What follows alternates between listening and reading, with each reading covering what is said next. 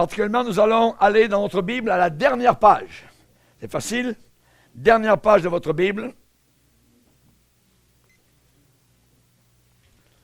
La dernière page de votre Bible, et nous sommes dans le message intitulé « Les dernières volontés » et dans la deuxième partie.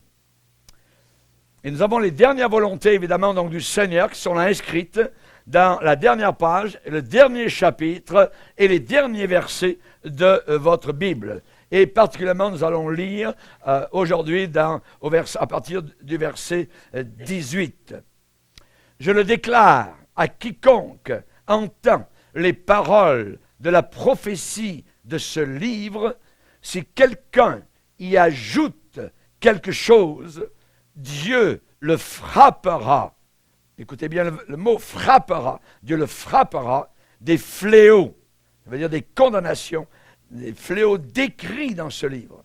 Et si quelqu'un retranche quelque chose des paroles du livre de cette prophétie, Dieu retranchera sa part de l'arbre de la vie et de la ville sainte. Ça veut dire qu'il n'ira pas au ciel. La ville sainte décrit dans ce livre. Celui qui atteste ces choses dit, oui, je viens bientôt. Amen, viens, Seigneur Jésus. Que la grâce du Seigneur Jésus soit avec tous. Amen. Et tout le peuple dit, Amen. Amen. Seigneur, nous sommes devant toi et nous voulons te bénir pour tes dernières volontés inscrites dans ce livre merveilleux qui est la parole du Seigneur, la Bible. Nous te demandons, Seigneur, que nous puissions bien écouter ce que tu as à nous dire, que nous puissions, Seigneur, ne rien ajouter, ne rien retrancher, mais que nous puissions écouter cette parole, non pas comme étant la parole d'un homme, mais ce qu'elle est véritablement, la parole du Dieu vivant. Dans le nom puissant de Christ, saisis nos cœurs et que nous puissions te craindre au nom du Sauveur Jésus. Amen. Et tout le peuple dit Amen. Amen. Gloire à Dieu. On peut s'asseoir, frères et sœurs, chers amis. Alléluia. Gloire au Seigneur. Et vous savez évidemment donc que les dernières paroles, les dernières pensées de quelqu'un qui va mourir, qui va quitter la terre, sont très importantes.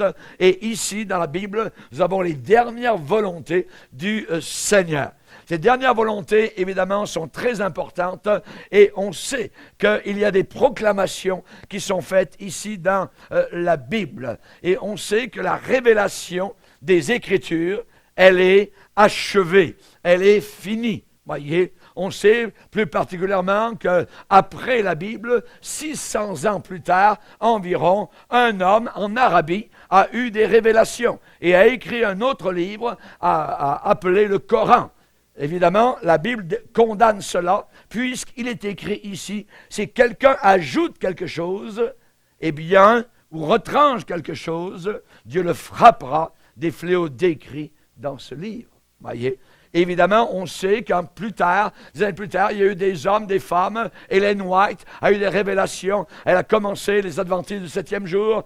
Et vous avez besoin d'observer le sabbat, blablabla, pour continuer donc à aller au ciel. Ensuite, il y a eu d'autres personnes. Joseph Smith a eu des révélations avec donc le livre des Mormons. Il a écrit sous l'inspiration d'un ange, un tel.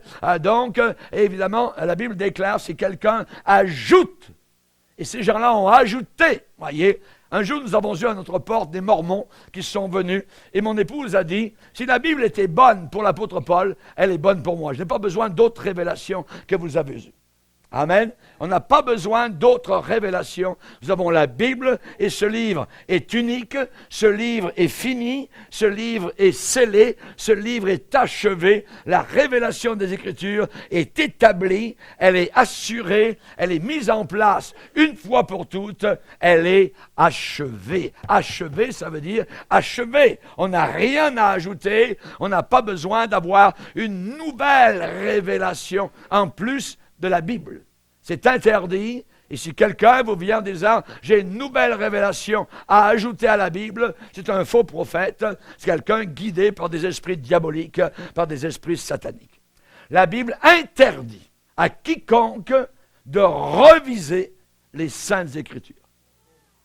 La Bible interdit à quiconque de reviser les Saintes Écritures, de moderniser les Saintes Écritures, d'actualiser les Saintes Écritures. Il est dit ici, je le déclare à quiconque. Et quiconque, c'est quiconque. Ça veut dire n'importe qui. Ça veut dire exactement ce que ça veut dire. Comme dans Jean 3,16, Dieu a tant aimé le monde qu'il a donné son Fils unique afin que quiconque. Quiconque, c'est quiconque. Quiconque, ça veut dire exactement ce que ça veut dire. Et ici, on a le même mot, quiconque. Quiconque, ça veut dire donc, je le déclare à quiconque entend. Voyez les paroles de la prophétie de ce livre. Si quelqu'un y ajoute quelque chose, des fléaux vont suivre. Si quelqu'un retranche quelque chose, les portes du ciel seront fermées. Donc, c'est clair, c'est clair. Il ne faut rien ajouter et il ne faut rien retrancher. Vous savez, l'idée de vouloir reviser la Bible est aussi vieux que le Jardin d'Éden. Le diable, c'est lui qui a voulu reviser la parole de Dieu le premier. En posant la question, Dieu a-t-il réellement dit? Il faut reviser les paroles du Seigneur. Il faut moderniser les paroles de Dieu. Voyez, c'est lui qui veut tout le temps, donc, et au fur et à mesure, reviser. À la fin, vous n'avez même plus la parole de Dieu. Un semblant de parole du Seigneur. Quiconque met un point d'interrogation après la parole de Dieu fait le travail de Satan. N'oubliez pas cela, c'est très dangereux. Nous jouons aujourd'hui tellement librement avec la Bible. Attention, les Écritures sont la parole de Dieu immuable, inchangeable, intouchable, inviolable. Le ciel et la terre vont passer, mes paroles ne passeront pas. Le Seigneur l'a déclaré lui-même. N'oublions pas qu'il n'y a que 66 livres dans les Écritures. Il n'y en a pas 70, 72, comme dans la Bible catholique romaine.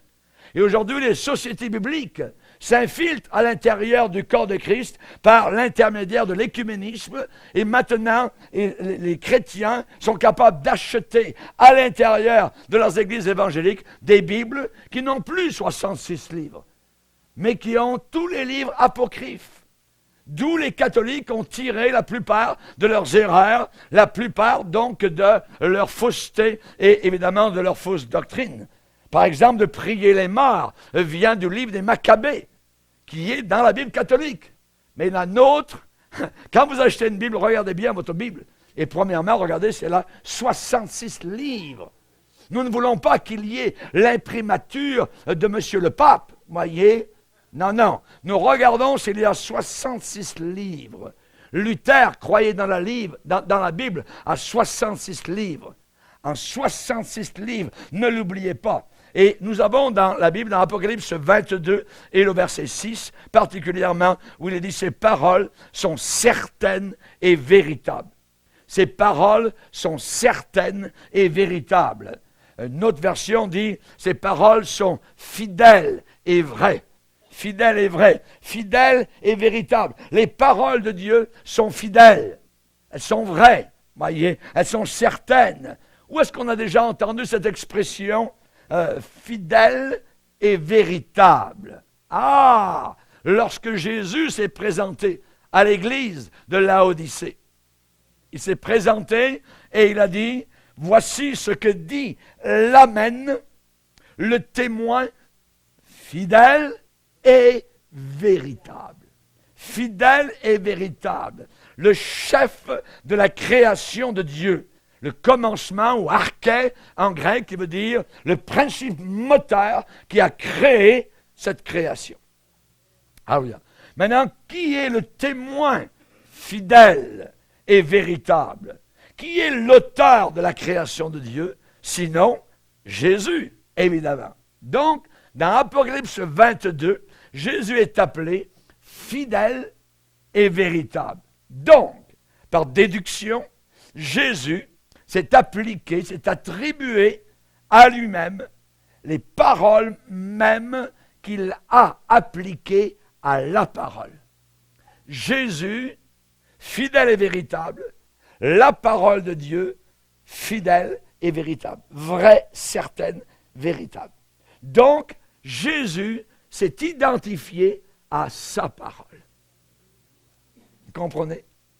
Alléluia. Il s'est identifié à la parole. Vous savez, un homme et sa parole peuvent être totalement différents. Un homme peut dire quelque chose, et puis il peut être totalement autre chose. Il peut dire une chose, mais il peut être autre chose complètement, lorsqu'on ne le voit pas. Mais Dieu, il est exactement ce qu'il dit être. Il ne peut pas mentir. Il n'est pas un homme pour mentir, ni le fils d'un homme pour demander pardon pour ses péchés, se repentir. Non, il est à la hauteur de sa parole. Dieu et sa parole sont toujours les mêmes. Dieu et sa parole sont indissociables. Et la parole a été faite chair. Elle est venue parmi nous, elle a campé parmi nous, elle a habité parmi nous. Merci Seigneur. N'oubliez pas, 39 livres dans l'Ancien Testament et 27 livres dans le Nouveau Testament. Amen. Que l'homme ne sépare pas ce que Dieu a uni. Dieu s'est uni à sa parole. Il s'est uni à sa parole. Quand vous prenez ce livre entre vos mains, c'est Dieu qui est en train de vous parler par les Saintes Écritures.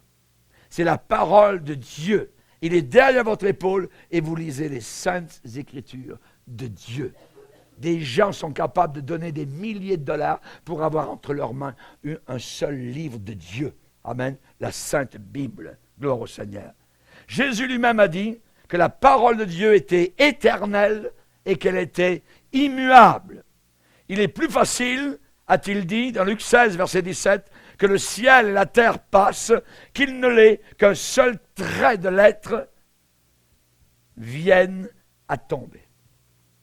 Qu'un seul trait de lettre, ça veut dire qu'un point de i sur un i, qu'une barre sur un t ne vienne à disparaître. Tout, c'est la parole du Seigneur. Notre soutien ici-bas sur la terre, c'est la parole de Dieu. Notre subsistance, c'est la parole de Dieu. Notre nourriture, c'est la parole de Dieu. Alléluia. L'homme ne vivra pas uniquement de pain naturel, mais de toute parole. Nous vivons de paroles. Alléluia. Nous, les chrétiens, nous vivons avec des paroles. J'ai dévoré ta parole, a dit Jérémie. Elle a fait la joie et l'allégresse de mon cœur. Dieu a dit à Jean dans l'Apocalypse, mange ce livre. Mange ce livre. Est-ce que vous avez bien mangé cette semaine? Amen. Je parle de la parole de Dieu. Amen. Est-ce que vous avez mangé les Saintes Écritures? Gloire au Seigneur. Jérémie a dit, j'ai dévoré. Ça veut dire qu'il avait beaucoup faim. Voyez, si vous voyez quelqu'un qui dévore son assiette, voyez ce qu'il y a dans l'assiette, ça veut dire qu'il a très faim. Jérémie avait très très faim. Il dit, j'ai dévoré ta parole. Un appétit solide. Amen. Comment est votre appétit? Amen. Comment est votre appétit? Donc faites très attention à ce que vous faites avec la parole de Dieu. Avec la parole de Dieu. Ne vous méprenez pas, ne jouez jamais à l'insensé avec cette parole-là. Ne jouez jamais au fou et à la folle avec ce livre-là. Notre guide, c'est la parole de Dieu. Notre direction, c'est la parole de Dieu. Notre enseignante, c'est la parole de Dieu. Elle est établie solidement, elle est scellée, n'y ajoutez rien du tout. N'y ajoutez rien. N'essayez pas de reviser la Bible pour qu'elle soit politiquement correcte, pour qu'elle soit acceptée par cette génération perverse et corrompue, tordue, même religieuse, voyez. Ne la diluez pas. Il faut savoir l'interpréter correctement, de façon équilibrée. Voyez. C'est très important. N'en retranchez rien du tout. Je préférerais prendre dans ma main l'éclair fourchu que d'essayer de reviser la parole de Dieu. Certains supposés érudits, savants, bibliques essayent de le faire aujourd'hui. Comment ces hommes peuvent-ils dire quelle partie de la Bible est inspirée et quelle partie de la Bible n'est pas inspirée? Il y a certaines personnes qui prennent Marc 16 et toute la fin du chapitre et ils disent que ce n'est pas inspiré de Dieu. Pourquoi? Parce que dans ce passage-là, on parle en disant, voici des miracles qui accompagneront ceux qui auront cru. Ils parleront de nouvelles langues. Et ces nouvelles langues, ça gêne beaucoup de théologiens. Ils ne veulent rien savoir avec le parler en langue. Chers amis, je parle en langue moi-même. J'ai été baptisé dans le Saint-Esprit. Et quelqu'un n'a pas été baptisé dans le Saint-Esprit tant qu'il n'a pas parlé en langue nouvelle. Alors ils disent, Marc 16, et la fin de ce chapitre n'est pas inspiré de Dieu. C'est inspiré de Dieu. Il est dans notre Bible, voyez. Jésus a dit, ils parleront de nouvelles langues. Pas apprendre à l'école des langues, l'allemand ou ceci pour être missionnaire en Allemagne. Non. C'est un langage. Paul a dit, celui qui parle en langue ne parle pas aux hommes, mais à Dieu. Personne ne le comprend. Il dit en esprit des mystères. Ah oui. Celui qui parle en langue s'édifie lui-même. Il se bâtit lui-même dans la foi. Alors comment ces hommes peuvent-ils dire en disant cette partie est inspirée, cette partie n'est pas inspirée? La Bible, elle est toute, T-O-U-T-E, inspirée de Dieu. Elle est toute inspirée de Dieu. Psaume 12, verset 7, chaque parole de Dieu est pure. Chaque parole de Dieu est pure. Proverbe 30, versets 5 et 6, toute parole de Dieu est éprouvée. Elle a fait ses preuves. Toutes les paroles de Dieu ont fait leurs preuves au travers des siècles. Il est un bouclier pour ceux qui cherchent en lui un refuge. N'ajoute rien à ses paroles. N'ajoute rien aux paroles de Dieu. Le canon de la Bible a été achevé, fermé, environ vers l'an 90 après Jésus-Christ. Avec Apocalypse, chapitre 22, écrit par l'apôtre Jean, c'est fini, n'y ajoute rien. Dieu lui a dit que personne n'ajoute rien du tout, que personne ne retranche rien du tout à ce livre. Tous ceux qui vont avoir des révélations et des livres, ainsi de suite, et dire que c'est des livres saints, tout ça, ce sera des faux prophètes qui viendront. Donc, nous sommes avertis. La parole de Dieu, elle est quoi? Elle est une lumière. Ta parole est une lumière sur mon sentier. Vous avez besoin de lumière? Allez vers la Bible. Ouvrez la Bible. Mettez-vous à genoux dans votre chambre, fermez la porte, arrêtez la musique et ouvrez vos oreilles à la parole de Dieu, à ce que Dieu va vous dire. Ta parole est une lumière sur mon sentier. Ta parole est une lampe, une lampe. Dans la nuit, qu'est-ce qu'on a besoin? D'un flashlight, voyez, d'une lampe, besoin de lumière. Ta parole est une lampe à mes pieds. Quand je marche, j'ai de la lumière. Quelqu'un qui marche sans lumière, bing, bang, bang, voyez, il va tomber dans un trou, il va se casser la figure, et ainsi de suite. La parole est une semence. Luc chapitre 8, la semence, c'est la parole de Dieu. La parole est une épée pour combattre le diable. N'essayez pas de combattre le diable à coup d'aspersion, de buis trempé dans l'eau bénite, ainsi de suite. Puis les démons, ils rigolent, voyez, ils rigolent. C'est la parole de Dieu. Jésus a dit, il est écrit, Satan. Et Satan a dû fuir, voyez. Prenez l'épée de l'esprit qui est la parole de Dieu. C'est un petit verbe, prenez, prendre. Mais il faut la prendre.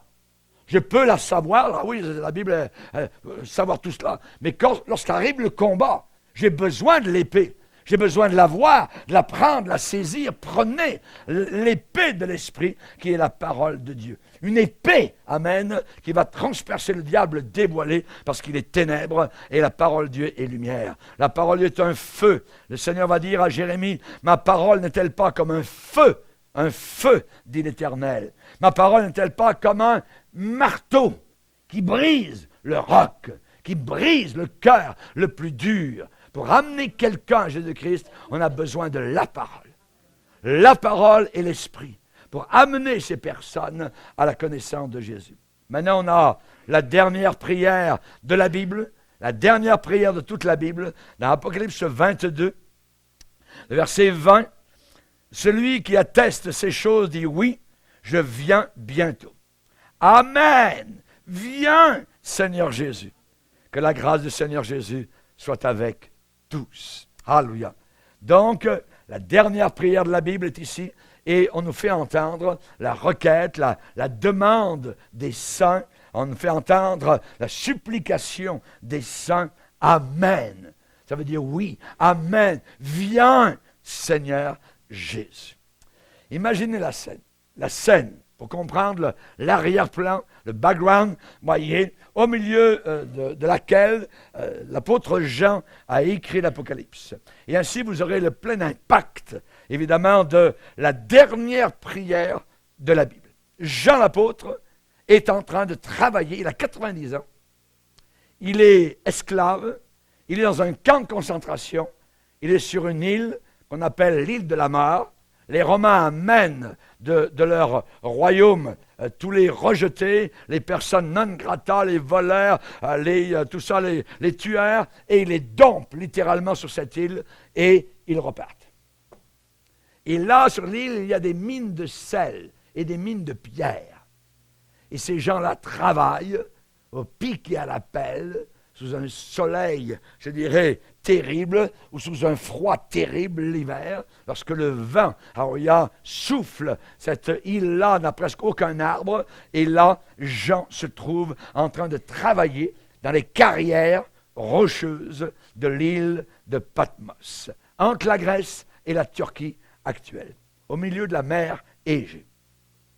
Jean avait été persécuté, un pasteur persécuté, à Éphèse, on est venu le chercher et on l'a emmené à Patmos. Abusé par les Romains dans les cellules, Jean était seul et Jésus-Christ lui apparaît. À Patmos, directement là. Le ciel s'ouvre et là, Jésus lui parle. Jean, assieds-toi. Écoute, c'est à toi que je vais révéler les événements futurs, l'avenir de cette planète Terre. Et alors, toutes les gloires ont passé sous les regards de Jean, les avertissements, les intrigues. Il a vu l'Antichrist, il a vu les armées du monde, il a vu les planètes venir frapper, se frapper les unes contre les autres, un chaos inimaginable. Il a vu le soleil s'éteindre, il a vu tout ce que l'Apocalypse déclare, il a vu les cabales, il a vu les mystères, les révoltes de Satan, du grand livre de l'Apocalypse. Tout cela a défilé sous ses yeux et se sont déroulés à ses oreilles. C'est un spectacle en son et lumière. Il a vu, mais non seulement il a vu, mais il a entendu. Puisqu'il a pu rapporter les paroles qu'il entendait. Le Saint-Esprit a agité son cœur, et je peux le croire, alors qu'il a appris, cependant à la fin, la venue d'un nouveau ciel et d'une nouvelle terre. Imaginez. Puis ensuite, Jésus-Christ a donné à Jean un avertissement final. Dit aux gens de ne pas changer un iota, un pouce, une cécédille de cette révélation, de cet apocalypse. Je vais revenir de façon soudaine. Ça va se faire de façon soudaine. Je vais être là. Et je le déclare à quiconque ajoute, quiconque retranche, voilà ce qui va leur arriver. Et Jean s'est frappé les mains et a dit « Amen, Amen, viens Seigneur Jésus ». Je comprends. Viens, Seigneur Jésus. Nous avons, nous chrétiens, de la planète Terre, une espérance bénie. Une espérance bénie. Les païens n'ont aucune espérance. Quand vous étiez païen, quand j'étais païen, je n'avais aucune espérance. Est-ce que vous attendez Jésus? Alléluia. Avez-vous hâte au retour de Jésus? J'irai plus loin. Est-ce que vous languissez? Alléluia! Gloire au Seigneur. Vous devriez, parce que si vous savez ce qui va arriver dans l'avenir avec la deuxième venue de Jésus, son règne, les nouveaux cieux, la nouvelle terre, imaginez, c'est une espérance bénie. Ce n'est pas une espérance mauvaise. C'est une espérance bénie pour tous les chrétiens de la planète Terre. Et l'apôtre Paul va dire à Tite, en attendant la bienheureuse espérance et la manifestation de la gloire du grand Dieu et de notre Seigneur Jésus, qui s'est donné lui-même pour nous, afin de nous racheter de toute iniquité et de se faire un peuple qui lui appartienne, purifié par lui et zélé pour les bonnes œuvres. Zélé pour les bonnes œuvres. Vous savez, il y a beaucoup de personnes ici-bas sur cette terre qui n'ont absolument aucune espérance. Absolument aucune espérance. Ils prennent des médicaments et ils achètent tout cela et leur médecine devient de plus en plus chère alors que leur corps est en train de s'affaiblir de plus en plus par le venin de l'amertume, du ressentiment, le fiel amer qu'ils ont gardé pendant des années. La seule chose qu'ils attendent, c'est la mort. Et même maintenant, ils passent des lois dans certains pays où on veut permettre aux gens de se suicider, mais de façon politiquement correcte. Voyez? On veut, en réalité, nous regardons la vérité et nous savons que ces gens-là descendent en enfer plus rapidement. C'est simplement ça. La seule chose qu'ils attendent, c'est la mort. Ils sont sans espérance. Pour eux, c'est la mort qui va les délivrer. Alors que leur meilleur temps, c'est ici sur la terre. Même étant païens, parce que ce qui les attend est abominable. C'est terrible. Autrefois, vous étiez sans Christ, étrangers aux alliances de la promesse, vous étiez sans espérance. Sans espérance dans ce monde. Sans Dieu. Sans Dieu. Nous n'avions même pas Dieu avec nous. Voyez? Même pas Dieu avec nous. Mais maintenant, alléluia, c'est ce qui est important, en Jésus-Christ, vous avez été rapprochés par son sang. Par son sang. Merci Seigneur. Vous savez, il y a certaines personnes qui ont un espoir. En plus, c'est un faux espoir. C'est un faux espoir. Parce qu'ils espèrent dans des choses qui ne sont pas vraies. Ils espèrent dans du mensonge. On leur a dit un mensonge. Comme par exemple dans l'islam, où on peut tuer, voyez, des gens, et on leur promet qu'ils vont au paradis, avec un paquet de vierges qui les attendent pour avoir des ébats sexuels. Ils croient ça. Ils ont cette espérance. Mais c'est une fausse espérance. C'est du mensonge, c'est Satan qui les conduit. Voyez. Aujourd'hui, ces gens ne craignent pas du tout la parole de Dieu, la Bible, qui est précieuse.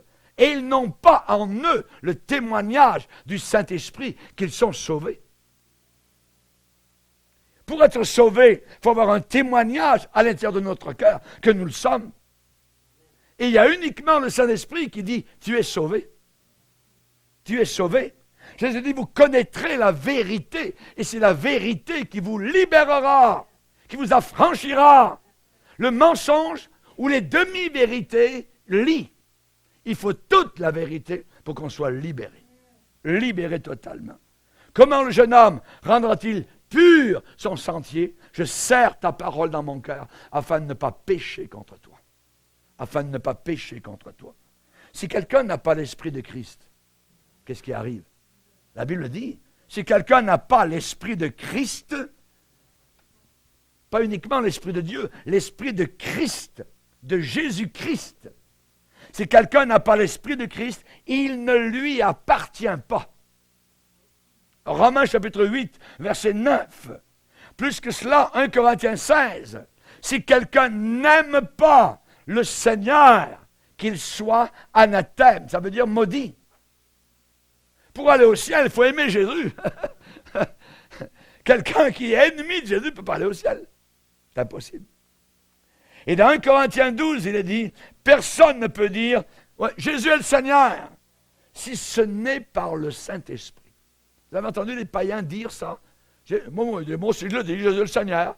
On voit bien, ça sonne faux comme une bang-bang. Vous voyez, il n'y a pas la vie, c'est pas la vérité. Jésus n'est pas le maître, le Seigneur dans leur vie. Ils n'ont pas abandonné, ne sont pas repentis de leurs péchés. Vous voyez? On se comprend. Il y a d'autres personnes qui ont une espérance, mais leur espérance est incertaine. Ils ne sont pas certains. Oui, pasteur, c'est bien, ce que vous dites semble bon, j'espère que c'est vrai. Vous avez entendu ces personnes? J'espère que c'est vrai. Ah ouais? N'espérez pas, voyez, n'espérez pas, c'est la réalité. Dans la Bible, le mot espérance ne signifie pas peut-être, voyez, ou comme les Normands en France, peut-être bien que oui, peut-être bien que non, voyez. Non, voyez. L'espérance dans la Bible, c'est une espérance solide. C'est une espérance ferme, une assurance bétonnée dans le roc solide. La parole de Dieu définit véritablement le mot espérance. C'est ancré dans le granit. C'est du solide. L'espérance que nous avons, c'est pas j'espère ou peut-être, voyez, ou il se peut que. Non, non, non, non, non, non. C'est la réalité. C'est scellé dans la pierre. C'est une anticipation basée sur la certitude des promesses du Seigneur. Les promesses du Seigneur sont oui et amen. Il aurait pu dire oui, simplement s'arrêter là. Non, il a rajouté amen.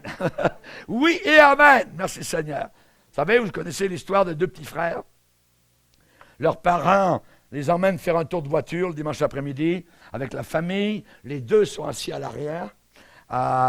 Papa, il m'a touché. Maman, il m'a fait ça. Elle m'a fait ça, ainsi de suite. Voyez, les enfants derrière. Et avant qu'ils ne le sachent, la bataille a commencé à l'arrière de la voiture. Vous avez déjà vécu ça? Voyez? Moi et André, on a vécu ça. Le papa est un homme très résolu, très déterminé. Les garçons, arrivez à la maison, vous allez avoir une bonne raclée. Les paroles du Père sont comme la loi des Mèdes et des Perses. Pas d'argument, c'est certain, la correction va avoir lieu. La correction va se passer une fois arrivé à la maison. C'est certain, c'est de l'assurance, c'est pas de l'espérance. C'est de l'assurance. Je parle de l'espérance bénie du retour, tellement attendu du Seigneur Jésus. Parfois, je me pose la question, est-ce que je veux vraiment que Jésus revienne? Et je peux dire honnêtement, et vous le dire, de tout mon cœur, qu'au fond de mon cœur, c'est oui. C'est oui. J'attends le Seigneur. J'attends le Seigneur chaque jour. Chaque jour. Est-ce que le retour de Jésus est véritablement le désir profond de votre cœur? La Bible dit qu'il apparaîtra sans péché une deuxième fois à ceux qui l'attendent. À ceux qui l'attendent. Ceux qui ne l'attendent pas resteront. Mais à ceux qui l'attendent pour leur salut, il va apparaître sans péché. Notre cité à nous, Philippiens 3:20, elle est dans les cieux. Notre ville à nous, elle est dans les cieux, d'où nous attendons aussi comme sauveur le Seigneur Jésus, qui transformera le corps de notre humiliation en le rendant semblable au corps de sa gloire. Il est lumière, nous serons lumière. Alléluia. Que Dieu soit béni. Paul disait dans sa dernière lettre à Timothée qu'il attendait la couronne de justice. Il dit, le Seigneur me la donnera non seulement à moi, mais encore à tous ceux qui l'attendent. À tous ceux qui l'attendent. À tous ceux qui auront aimé son avènement. Qui auront aimé l'avènement du Seigneur. Il faut aimer le retour de Jésus. Vraiment, on quittera tout.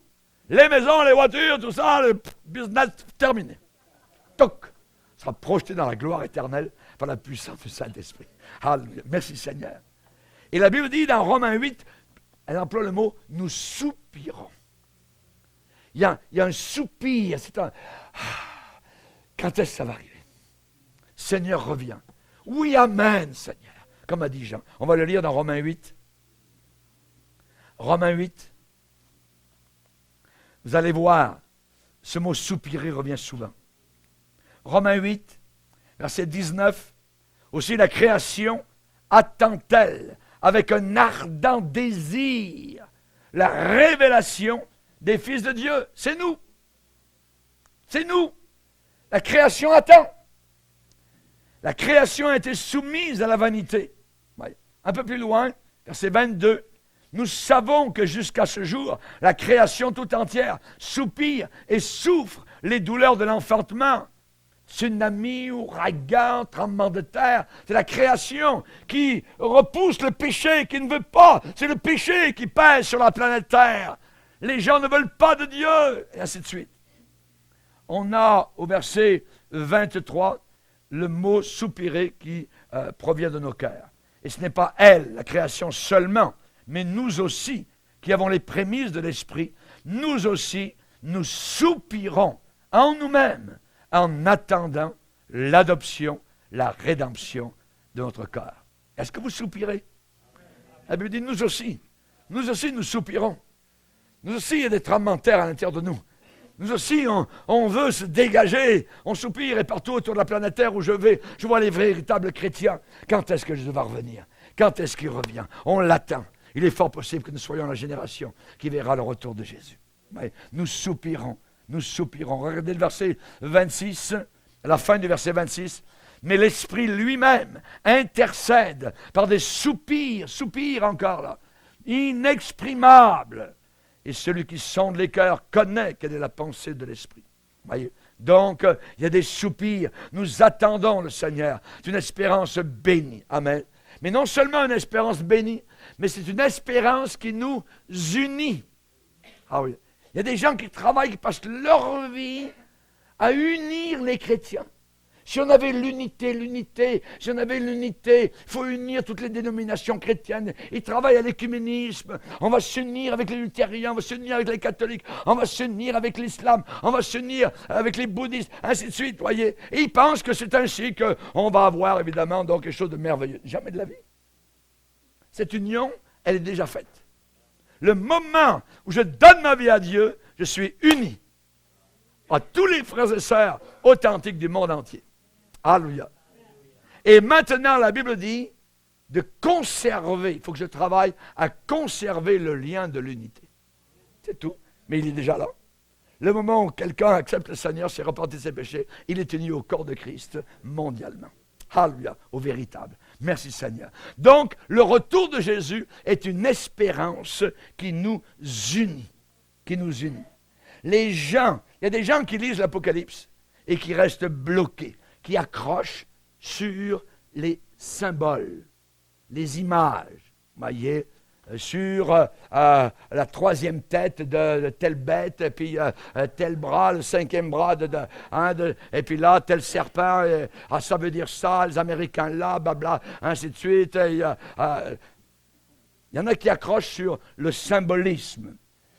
Peut-être vous pensez, moi-même, que j'ai passé par-dessus un symbole, ou que j'ai oublié un symbole dans l'Apocalypse, et peut-être que j'ai mal interprété quelques menus détails. C'est possible, peut-être, voyez, c'est peut-être probable, voyez. Je ne contesterai pas avec vous sur ces choses, voyez.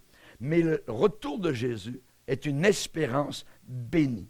Et c'est une espérance qui nous unit. Alors, quand on lit Apocalypse 13, la marque de la bête, ainsi de suite, alors, quelques-uns ils disent, c'est ça, d'autres disent, ça c'est le bandeau des islamistes, et si c'est pas ça, puis moi je m'en vais, puis va-t'en, il n'y a pas de problème, voyez. Vous savez, un jour, Johnny est parti à la guerre, voyez, et sa famille, un jour, attend son retour. Il va revenir de la guerre. Et un jour, ils reçoivent le message que Johnny est sain et sauf. Il est vivant, voyez, et il est en train de revenir. Et toute la famille s'est rassemblée au complet, tout ça. Leur joie est immense, c'est merveilleux, c'est le jour. Ils sont tous excités, tout ça. Le jour de son arrivée est arrivé et tout le monde l'attend, de pied ferme. Vous arrivez, vous aussi, vous marchez autour de la maison et vous entendez des cris.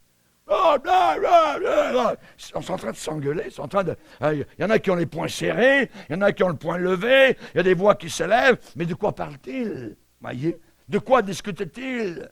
Quel est le fond du débat? Pourquoi cette dispute?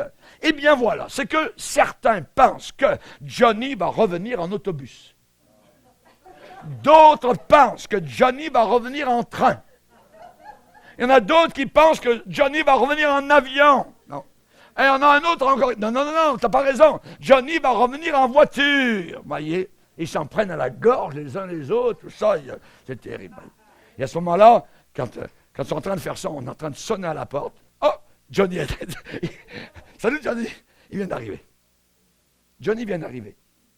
Alors, si vous avez manqué quelques symboles dans l'Apocalypse, tout ça, c'est pas grave. Voyez, un beau jour, vous allez voir à la porte. Jésus est là. Amen! Amen! Gloire à Dieu! Est-ce que c'est familier tout cela? Voyez? Moi, je ne veux pas, évidemment, faire partie du comité de programmation du retour de Jésus. Moi, je veux faire partie du comité d'accueil. Comité d'accueil, amen. Et il se peut que je ne puisse pas expliquer chaque détail total du livre de l'Apocalypse, mais je peux vous dire une chose, vous assurer d'une chose, c'est que Jésus est parti là-haut dans la gloire et il va revenir.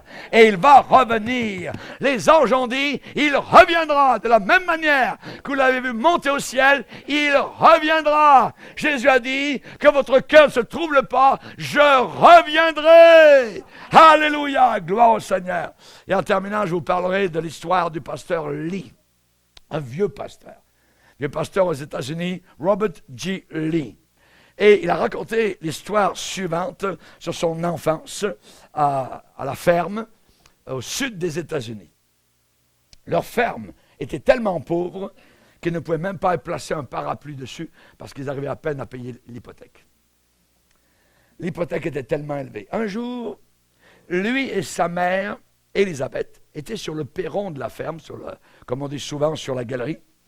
Et elle était assise sur le rocking chair, voyez, elle se berçait, et lui était enfant, était au sol, et il avait la tête entre ses mains, tout ça, et il a remarqué que sa maman avait les mains calleuses et très usées. Et il a demandé, maman, parle-moi du moment le plus merveilleux de toute ta vie. Quel était le moment le plus merveilleux de toute ta vie? Et lui, il a pensé qu'elle allait lui parler du moment où son père, un grand six-pieds, aux beaux yeux marrons, foncés, lui avait dit qu'il l'aimait. Il pensait qu'elle allait parler de ça. Non, il n'a pas parlé de ça. Alors peut-être qu'elle allait lui parler du jour où la lune répandait sa lumière blafarde sur la petite ferme, et là, à la porte de la barrière en bois, son papa avait demandé à sa maman de devenir son épouse. Non, elle n'a pas parlé de ça. Allait-elle lui parler du jour où, à l'intérieur de la petite église de campagne, pas loin de la petite ferme, il s'était juré fidélité jusqu'à leur mort? Non. Ils avaient gardé ces vœux, cependant, pendant plus de 50 ans. Jusqu'au jour où il est allé au ciel. Non, elle n'a pas parlé de ça.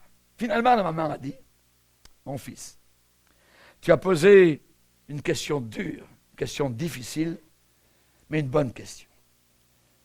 Je vais te raconter, quand tous les hommes étaient partis à la guerre, durant la guerre de sécession, notre sel à la maison venait du plancher ou de l'endroit où on fumait les viandes. On allait ramasser ça par terre, ce qui tombait, ce qui restait. Notre thé était fait avec des feuilles de safran. On faisait notre café avec du blé, un substitut. J'étais toute petite fille. Les femmes faisaient tout le travail. Les hommes étaient partis à la guerre. Et j'étais encore une toute petite fille à la maison. Un jour, on a reçu la nouvelle que mon père avait été tué à la guerre. Et avant sa mort, le pasteur Lee déclare, maman ne pleurait pas beaucoup, mais après la mort, il dit, je pouvais entendre ma mère en train de pleurer dans sa chambre et de sangloter sur son oreiller. Et un jour, la femme continue en disant, maman était assise sur la galerie. Elle était en train de travailler avec des haricots, les Écossais. Et ma maman, dit-elle, s'est tournée vers moi et m'a dit, je te le dis, là-bas, au fond du champ de coton, il y a quelqu'un qui s'en vient et ressemble à la démarche de ton père. Moi, je te le dis, regarde.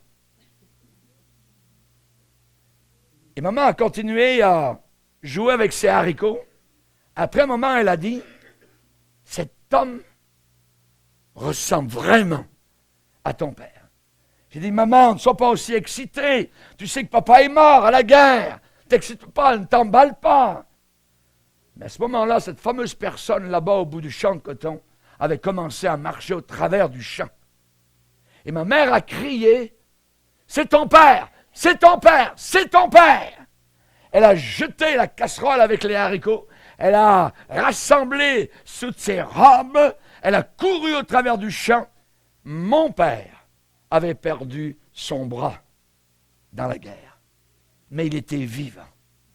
Ma mère a couru à sa rencontre. Il a placé son autre bras autour d'elle. Ils sont embrassés. Ils ont pleuré, ils sont serrés fort, ils ont ri à gorge déployée. J'étais là, j'étais encore petite fille, je l'ai vu, moi, ta mère. J'étais là et je suis allé vers mon père et j'ai glissé mon doigt le long de la manche qui s'arrêtait au bout du bras coupé. Et j'ai senti ce drôle de petit bout, là où son bras avait l'habitude d'être. Mon fils, écoute-moi bien, ça a été le plus beau jour de toute ma vie. Et le pasteur Lee a fini son histoire en disant, ce jour sera très pâle, totalement insignifiant, quand Jésus-Christ va revenir. Quand il va revenir au bout du champ du ciel, je vais le voir et je vais dire, André, regarde celui qui s'en vient. On dirait Jésus. Et je vais courir vers lui. Et il va m'attirer vers lui. Et je vais me prosterner devant lui. Et je vais pleurer devant lui. Et je vais rire devant lui. Et je vais toucher le bout de ses pieds. L'endroit où les clous ont percé ses pieds. Ce drôle de petit bout. À cause de mes péchés. Baissons nos têtes. Prions le Seigneur.